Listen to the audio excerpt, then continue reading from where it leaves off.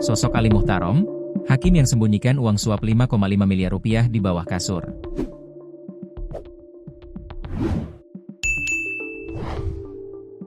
Inilah sosok dan harta kekayaan Ali Muhtarom, Hakim Pengadilan Negeri, PN, Jakarta Pusat. Dia kini menjadi tersangka kasus suap pemberian vonis lepas dalam perkara korupsi CPO. Mengejutkannya, Kejaksaan Agung atau Kejagung menemukan 5,5 miliar rupiah di bawah kasurnya. 5,5 miliar rupiah itu diduga uang suap. Untuk diketahui, Kejagung menahan 8 orang atas kasus serupa. 8 orang itu yakni Men alias Muhammad Arif Nurianta yang kini menjabat sebagai Ketua Pengadilan Negeri Jakarta Selatan diduga menerima suap 60 miliar rupiah. Lalu Wahyu Gunawan yang kini merupakan panitera muda di Pengadilan Negeri Jakarta Utara. Sementara itu Marcella Santoso dan Arianto Bakri berprofesi sebagai advokat korporasi yang berperkara.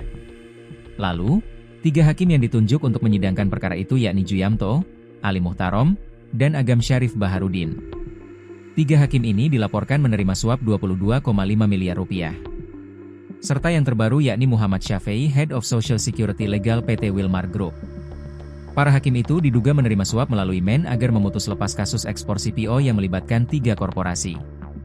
Uang 5,5 miliar rupiah pun ditemukan di bawah kasur Ali Muhtarom, Minggu, 13 April 2025. Uang tersebut tersimpan dalam koper. Kepala Pusat Penerangan Hukum Kejagung Harli Siregar mengatakan dalam penggeledahan itu, penyidik menemukan mata uang dolar Amerika Serikat, USD, sebanyak 3.600 lembar atau 36 blok.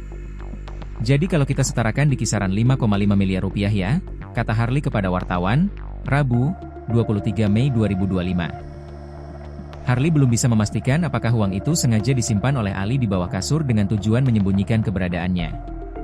Ia menduga bahwa uang tersebut hanya Ali Muhtarom yang mengetahui sehingga pada saat penyidik lakukan penggeledahan tidak ditemukan keberadaan uang tersebut.